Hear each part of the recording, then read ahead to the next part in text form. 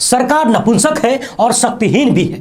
Bharatiya Janata party की सरकार को सुप्रीम कोर्ट ने इतनी बुरी तरह से लथेरा है जिसकी आप कल्पना भी नहीं कर सकते। जी हां, सुप्रीम कोर्ट के इन दो जजों जस्टिस के.एस. जोसेफ और बी.वी. नागरत्ना ने आम भाषा में कह लीजिए तो जूता भिगा भिगा के मारा है। और जिस तरह की बातें, जिस तरह की शब्दावली का प्रयोग सुप्रीम कोर्ट ने बीजेपी सरकार के लिए किया है, कम से कम मैंने तो कभी कल्पना नहीं की थी कि कभी ऐसा सुनने को भी मिल सकता है। सभी प्रमुख बातें आपको विस्तार से और बेहद आसान भाषा में बताने का प्रयास करूंगा। सुनिएगा कि आखिर क्यों सुप्रीम कोर्ट ने पंडित नेहरू और अटल बिहारी वाजपेयी को याद करते हुए बीजेपी सरकार की बखिया उधेड़ दी है। सुप्रीम कोर्ट द्वारा कही गई ये बातें काफी महत्वपूर्ण हैं। आप सभी से अनुरोध है कि एक एक लाइन को ध्यान से सुनिएगा और वीडियो देखने के बाद कोशिश करिएगा कि कम से कम 2 अंधभक्त या फिर नफरती गुब्बारों के पास वीडियो को जरूर भेजिएगा। पश्चिम बंगाल की मुख्यमंत्री ममता बनर्जी ने एक वॉशिंग मशीन की खोज की है जिसमें यदि आप काला कपड़ा डालेंगे तो अंदर से सफेद कपड़ा निकलता है। और हाँ, उसका लाइव डेमो भी इन्होंने दिखाया है।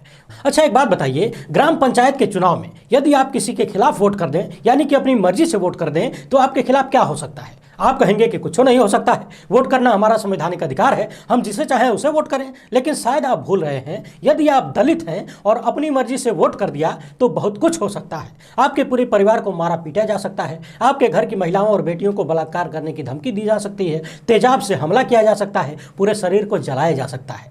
दलित परिवार की यह पूरी कहानी जब आप सुनेंगे तो यकीन मानिए भीतर से थर्रा जाएंगे, बशर्ते आपके भीतर इंसानियत होनी चाहिए।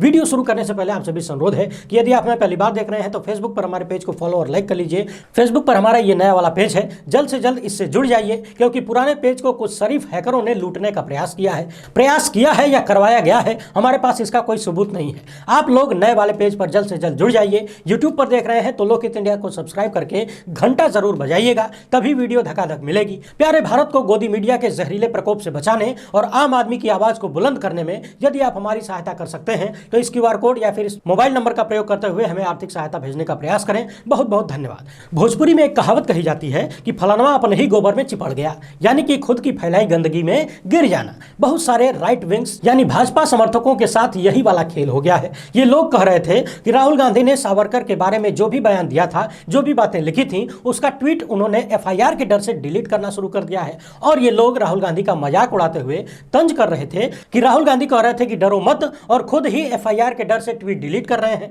लेकिन बाद में पता चला कि जो लोग राहुल गांधी के बारे में ट्वीट डिलीट करने का झूठ फैला रहे थे, राहुल गांधी का मजा ले रहे थे, बाद में वो लोग खुद ही अपना ट्वीट डिलीट करके भागने लगे, क्योंकि जांच में पता चला कि राहुल गांधी ने अपना कोई भी ट्वीट डिलीट नहीं किया है। जैसा कि आप जानते हैं कि ये भाई साहब जब पहुंच जाते हैं तो मामला क्लियर हो जाता है। इन्होंने भी जांच कर बताया कि राहुल गांधी ने तो कोई ट्वीट डिलीट नहीं किया, लेकिन जो लोग राहुल गांधी का मजा ले रहे थे वो खुद ही अपना ट्वीट डिलीट करके भागे फिर रहे हैं। अब पहले बात कर लेते हैं कि सुप्रीम कोर्ट ने भारतीय जनता पार्टी की सरकार को इतना बुरा भला क्यों कहा है, और उससे भी ज्यादा महत्वपूर्ण यह है कि क्या क्या कहा है। आप लोग बस एक एक करके एक एक लाइन को ध्यान से सुनते रहिएगा। इसके बाद बात करेंगे दलित परिवार की।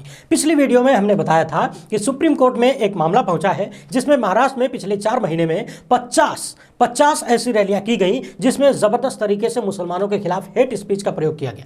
यह हेट स्पीच इतनी नफरती थी और इतनी खतरनाक भी थी कि यह कह पाना, यहां बता पाना भी बहुत मुश्किल होगा।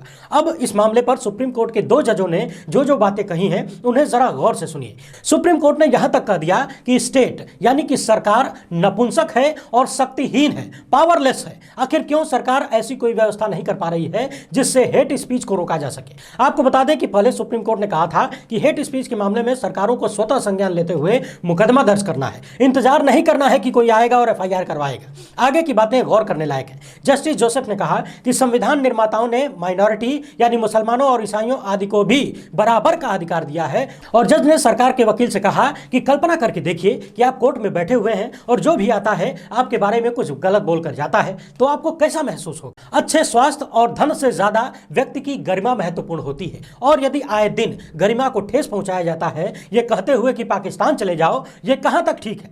आगे जज साहब ने कहा कि ये मुस्लिम वो लोग हैं जिन्होंने असल में भारत में रहने को अपनी मर्जी से सुना था। यानी कि सुप्रीम कोर्ट ने उसी बात को दोहराया कि जब भारत का बंटवारा हो रहा था, पाकिस्तान का निर्माण हो रहा था, तब मुसलमानों के पास ये ऑप्शन था कि वो लोग पाकिस्तान चले जाते, लेकिन वो नहीं गए। वो अपनी मर्जी से भारत में रुके क्योंकि उन्हें भारत से प्रेम था, यहाँ की जमीन से लगाव था। जज ने आगे कहा कि ये लोग हमारे भाई बहन की तरह हैं। यदि हम सच में सुपर पावर बनना चाहते हैं तो पहली चीज जो सबसे महत्वपूर्ण है, सबसे जरूरी है, वो है रूल ऑफ लॉ, यानी कि देश में कानून का शासन होना चाहिए। और कानून का शासन भाईचारे की बात करता है, नफरत की नहीं, आग लगाने की नहीं। जस्टिस नागरत्ना ने कहा कि सवाल यह है कि हम लोग कहां जा रहे हैं। एक वक्त में हमारे पास पंडित नेहरू और अटल बिहारी वाजपेयी जैसे लोग थे जिन्हें सुनने के लिए दूर दराज के गांव और अलग अलग प्रदेशों से लोग उनके भाषणों को सुनने जाया करते थे। यह दुखद है कि जिनके पास कुछ भी नहीं है, जो बेकार के लोग हैं, यानी जो फालतू लोग हैं, वो आए दिन इस तरह के जहरीले भाषण दे रहे हैं हमारे भारत में। एक तरफ तो हम दुनिया में नंबर 1 बनना चाहते हैं और दूसरी तरफ हमारे समाज के भीतर ऐसा सब कुछ हो रहा है। यदि आपके पास इस तरह की मानसिक विकृति है, ज्ञान की कमी है, शिक्षा की कमी है और इतनी असहिष्णुता है, तो फिर आप कभी भी नंबर 1 नहीं बन सकते। जस्टिस जोसेफ ने साफ साफ कहा कि खाली FIR मत लिखिए, हेट स्पीच के खिलाफ कार्यवाही करिए। और आगे जस्टिस जोसेफ ने जो बातें कही हैं, एक वक्त में पंडित नेहरू ने भी कही थी और उनसे भी बड़े बड़े विद्वानों ने भी ये बातें दोहराई हैं। और वो बात यह है कि जब तक राजनीति को धर्म से अलग नहीं किया जाएगा, तब तक ये सारी चीजें रुकने वाली नहीं है। यानी कि सुप्रीम कोर्ट ने साफ साफ कर दिया है कि समाज में ये जो जहर फैलाया जा रहा है, इसके पीछे सिर्फ और सिर्फ राजनीतिक कारण है और कुछ भी नहीं। वहीं सरकारी पक्ष रख रहे वकील ने केरल में PFI द्वारा भड़काऊ वीडियो की चर्चा की। इस पर सुप्रीम कोर्ट ने कहा कि हमने केरला को नोटिस दे दिया है, जवाब आने दीजिए। इन सब के बाद एक और सवाल खड़ा होता है कि क्या सुप्रीम कोर्ट एक बार फिर से सिर्फ बोलकर और निर्देश देकर ही रह जाएगा या फिर हेट स्पीच करने वालों के खिलाफ जबरदस्त कानूनी कार्रवाई की जाएगी? क्योंकि ऐसा कोई दिन नहीं गुजरता जिस दिन नफरती गुब्बारे संविधान की धज्जियां नहीं उड़ाते हों। लेकिन कुल मिलाकर सुप्रीम कोर्ट के 2 जजों ने इस बार जिस तरह की बातें कही हैं, ऐसा लग रहा है कि अब माहौल बदलने वाला है। पश्चिम बंगाल की मुख्यमंत्री ममता बनर्जी ने एक वॉशिंग मशीन का डेमो दिखाते हुए गाना सुनाया कि washing machine BJP, washing machine BJP. जी हां, दरअसल बीजेपी की उस वॉशिंग मशीन पर तंज किया जा रहा था जिसके तहत चाहे जितना बड़ा भ्रष्टाचारी नेता हो, यदि वो बीजेपी ज्वाइन कर लेता है तो उसके सारे पाप धुल जाते हैं, सारे भ्रष्टाचार समाप्त हो जाते हैं। और इस पर तंज करते हुए ममता बनर्जी काला कपड़ा वॉशिंग मशीन में डाल रही थी और सफेद कपड़ा बाहर निकाल रही थी। वैसे वॉशिंग मशीन से याद आया, ममता बनर्जी की पार्टी के जिन नेताओं पर भ्रष्टाचार के गंभीर आरोप लगे थे, केंद्रीय एजेंसियां जांच कर रही थी। जैसे ही वो लोग बीजेपी ज्वाइन कर लिए, मामला शांत हो गया। लेकिन फिर वो लोग लौटकर TMC में शामिल हो गए। तो ये सवाल तो TMC से भी होना चाहिए। अब बात करते हैं रामराज्य वाले उत्तर प्रदेश के संभल जिले के दलित परिवार की। दवार पर विस्तृत रिपोर्ट है, आप चाहें तो वहां पर जाके विस्तार से पढ़ सकते हैं। हम यहां संक्षेप में पूरी कहानी आपको बताते हैं, जिसमें बताया गया है कि गांव में जाट और जाटव 2 बिरादरी के लोग हैं। जाट उच्च जाति के हैं और जाटव लोग दलित समाज से हैं। संभल जिले के मंडावली रसूलपुर गांव में रहने वाले श्याम सिंह और उनका पूरा परिवार जून 2022 से लगातार सवर्ण जाति के एक परिवार के ओर से हो रहे हमलों को झेल रहा है और प्रताड़ित किया जा रहा है। और इसकी वजह है चुनावी रंजिश। ग्राम पंचायत के चुनाव में श्याम सिंह और उनके परिवार ने स्वतंत्र मतदान करने का मन बनाया। महेश चंद्र नाम के उम्मीदवार ने जब दलित परिवार को बुलाकर कहा कि मुझे वोट दो, तो इन लोगों ने अपनी मर्जी से वोट देने की बात कही। ये बात महेश चंद्र को बहुत बुरी लग गई और ग्राम प्रधान चुने जाने के बाद उसने इस परिवार से बदला लेना शुरू कर दिया। इस परिवार ने कथित तौर पर आरोप लगाया है कि महेश चंद्र के लोगों ने दलित परिवार के कई सदस्यों के साथ कई बार भयंकर रूप से मारपीट की है। खेत में काम कर रही पत्नी के ऊपर तेजाब डाल दिया। पैरों और शरीर के कई हिस्सों पर अभी भी दाग बचे हुए हैं, आप इन तस्वीरों में देख सकते हैं। इस रिपोर्ट में यह भी बताया गया है कि दलित महिला के ऊपर जब कथित तौर पर तेजाब फेंका गया और ये लोग पुलिस में शिकायत करने पहुंचे, तो पुलिस ने बयान दिया कि महिला का शरीर जो जला है, जगह जगह जो दाग धब्बे हैं, वो तेजाब से नहीं बल्कि करंट लगने से हुआ है। जबकि बिजली विभाग ने बताया था कि तेजाब 5:30 बजे फेंका गया और बिजली 5:15 बजे ही कट चुकी थी।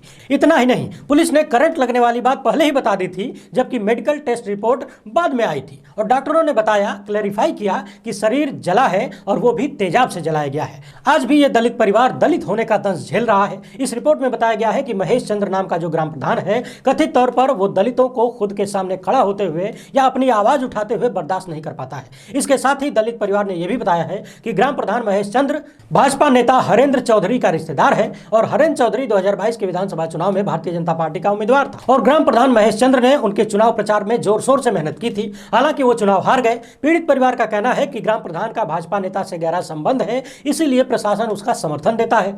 कुल मिलाकर ये दलित परिवार अब इतना निराश हो चुका है कि इनके खाने पीने के भी लाले पड़ गए हैं। इन्होंने अपना घर बार गांव वगैरह सब कुछ छोड़ दिया है। अब इन्हें न्याय की कोई उम्मीद नजर नहीं आ रही है और अब इस दलित परिवार का कहना है कि यदि हमें इंसाफ नहीं मिला तो हम सपरिवार थाने में जाकर खुद को समाप्त कर लेंगे, अपनी जिंदगी समाप्त कर लेंगे। इतिहास इस कहानी के साथ हमारे गांव को याद रखेगा कि एक आदमी था जो इंसाफ नहीं पा सका और उसने और उसके पूरे परिवार ने पुलिस के सामने ही आत्महत्या कर ली। दलितों और गरीबों पर अत्याचार का यह कोई नया मामला नहीं है। इस तरह के तमाम मामले रोजाना सामने आते रहते हैं। कुछ साल पहले प्रधानमंत्री मोदी ने एक भाषण में कहा था कि चाहे तो मुझे मार लेना, लेकिन मेरे दलित भाई बहनों को मत मारना, उन पर हमला मत करना। क्या चुनावी रैलियों के बाद कभी भी आपने किसी बड़े नेता को किसी भी दलितों के दमन के मामले में हस्तक्षेप करते हुए देखा है? क्या दलित सिर्फ वोट बैंक है और कुछ भी नहीं? जवाब कमेंट बॉक्स में जरूर लिखिएगा। वीडियो पसंद आए तो ज्यादा से ज्यादा लोगों तक पहुंचाने की कोशिश करिए। हमसे जुड़ने के लिए बहुत बहुत धन्यवाद। जय हिंद।